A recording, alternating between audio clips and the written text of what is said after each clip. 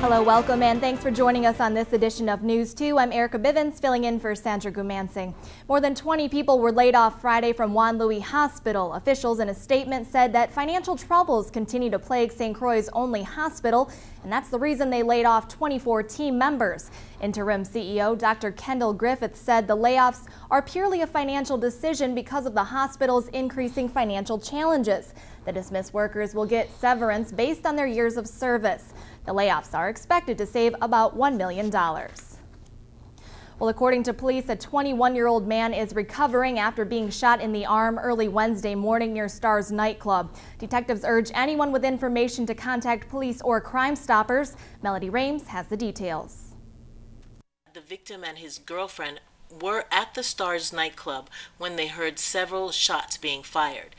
They said they left the area in their vehicle and noticed another vehicle, a white Toyota RAV4, following them and shooting at them.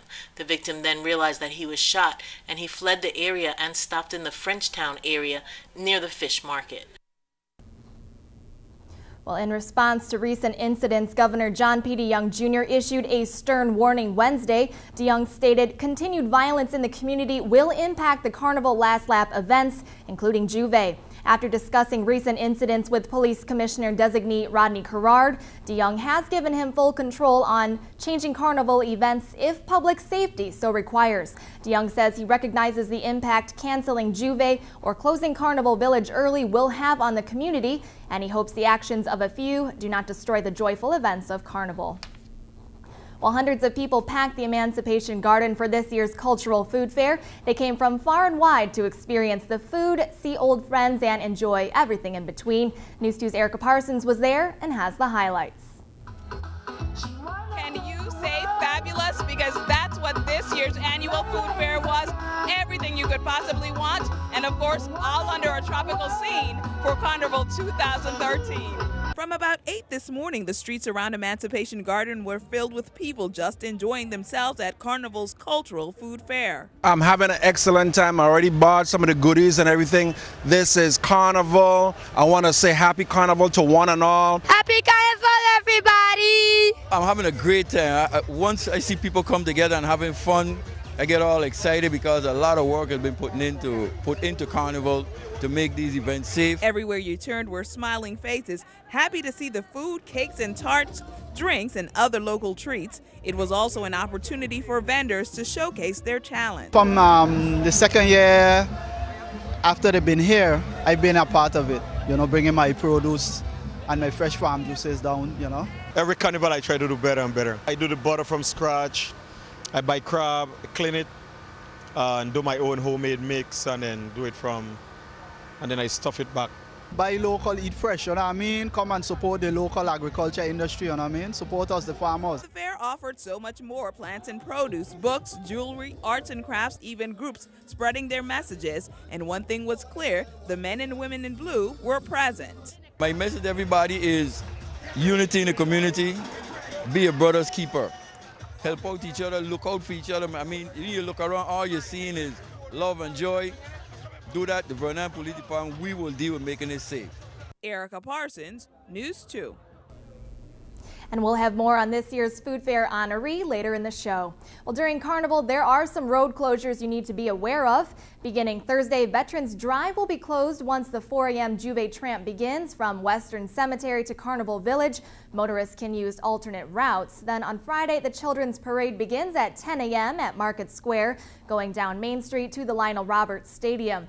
Saturday's Adults Parade will also begin at 10 a.m., starting at the Western Cemetery, following the same route down Main Street, ending at the stadium. A reminder that no parking is allowed on any of the southern and northern roads connected to the parade route. Side streets must remain clear for emergency vehicles. Police are also reminding the public no chairs or tents will be allowed on the parade route before 6 p.m. Thursday. Any chairs placed before then will be removed. The Virgin Islands Territorial Emergency Management Agency continued installing tsunami signs this week on St. Croix. FITEMA began installing tsunami hazard zone and evacuation route signs earlier this week. The signs help to tell people where the high-risk areas are and where they should go to get to safety. A total of 56 signs will be installed on St. Croix. 53 signs have already been installed on St. Thomas and 11 on St. John.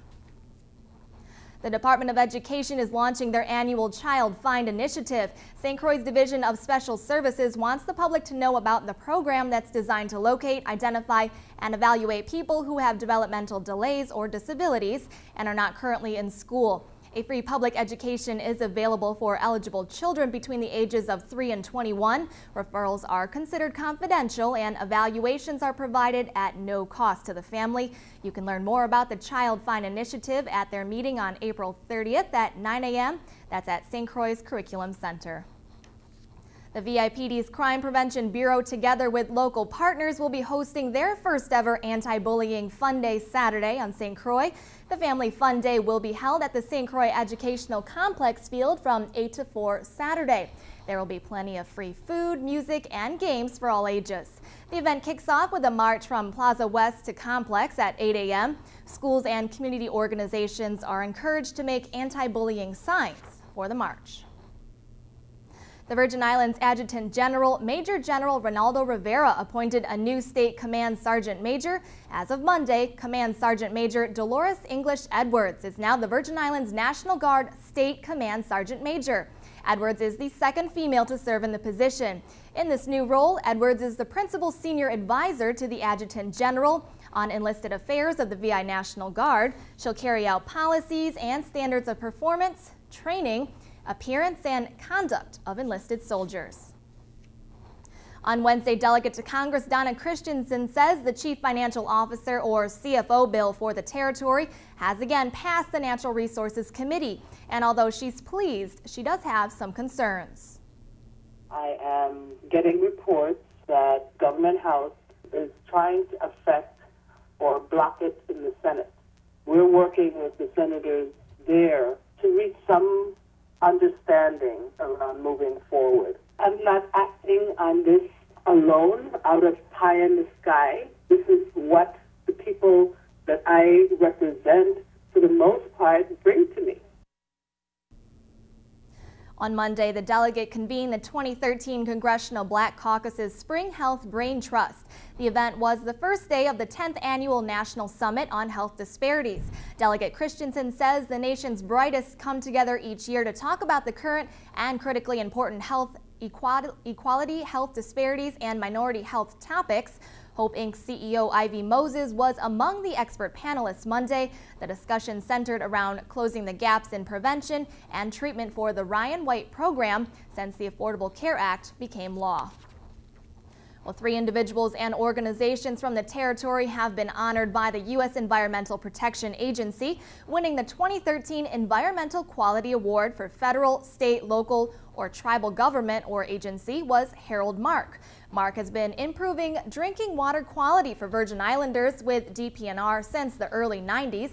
Winning the individual citizen category was Marsha Taylor.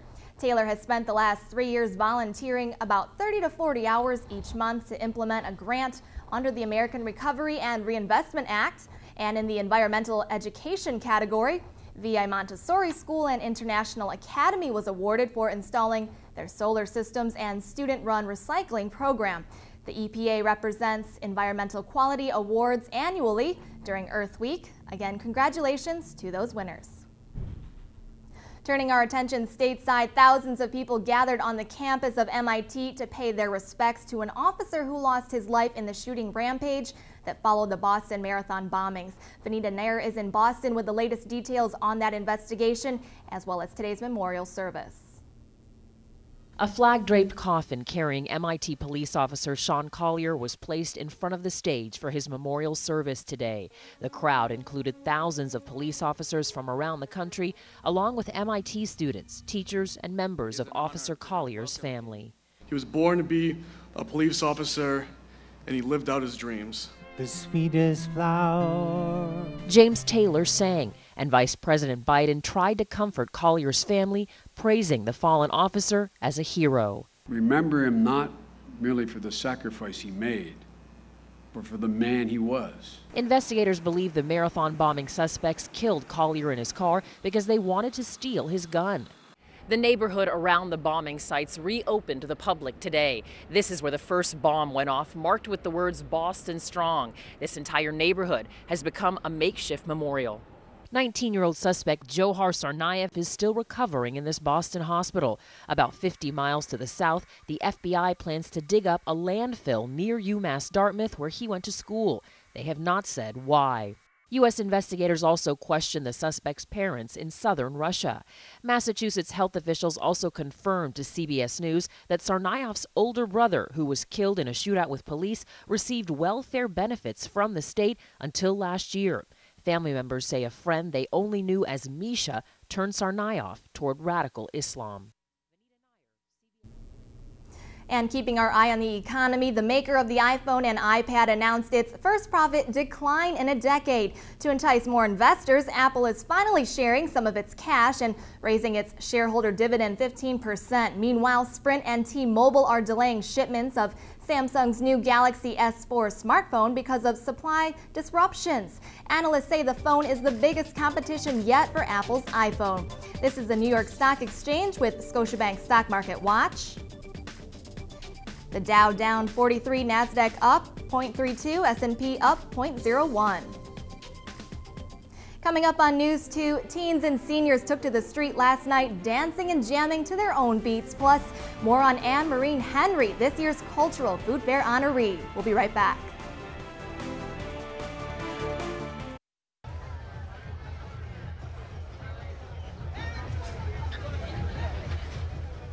On Tuesday evening, the youth took to the streets for their Carnival preteen tramp starting at Market Square. They head down the road to the Children's Village. Bands from various schools, including the Rising Stars, kept the beat.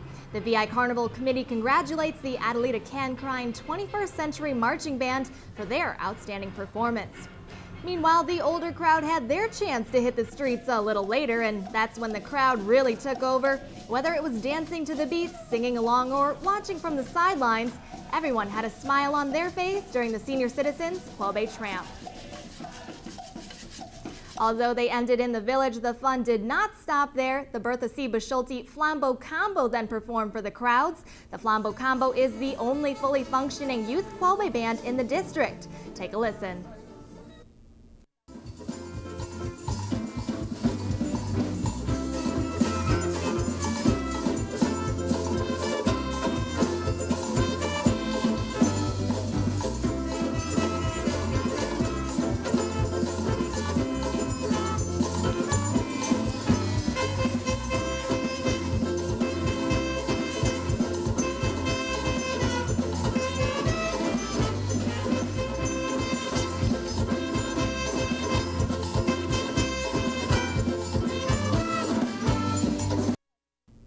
Nice job to the performers. Well, as we mentioned earlier, crowds gathered at Emancipation Garden earlier today to try the hands of local cooks, but there's always one booth that people flock to, and this year it's Anne's Savory Delights, honoring Anne-Marie Henry, this year's Cultural Food Fair honoree.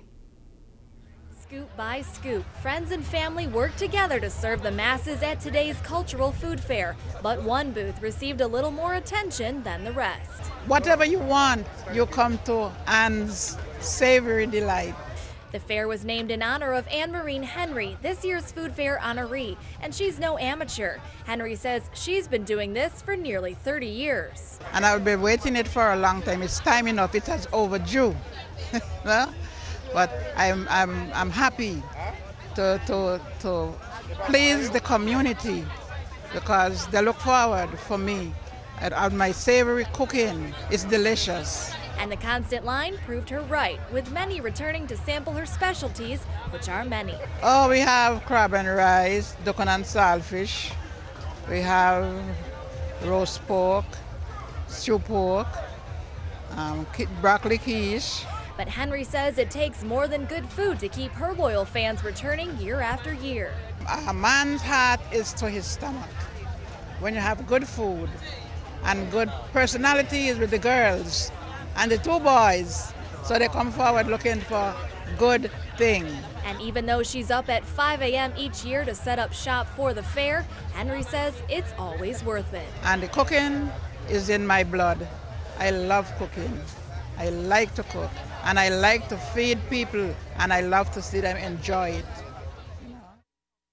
Congratulations to Anne-Marie Henry on being this year's Food Fair honoree. Well, here's a look at the rest of the carnival events, starting with Juve. That kicks off at 4 a.m. Thursday morning along Veterans Drive. Friday, the Children's Parade is scheduled to begin at 10 a.m. starting from Market Square. Saturday, the Adults Day Parade begins at Western Cemetery, also at 10 a.m. Then fireworks commence at 9 p.m. in the St. Thomas Harbor, and the Calypso Spectacular and Last Lap wrap-up Carnival 2013. And just a reminder, News 2 will be streaming both the Children's and Adults Day Parade Friday and Saturday, April 26th and 27th. The website is listed on your screen. We've also posted a list on our Facebook page of that link. CBS TV2 will also be airing the parades live. Stick around, your News 2 AccuWeather forecast is coming up next.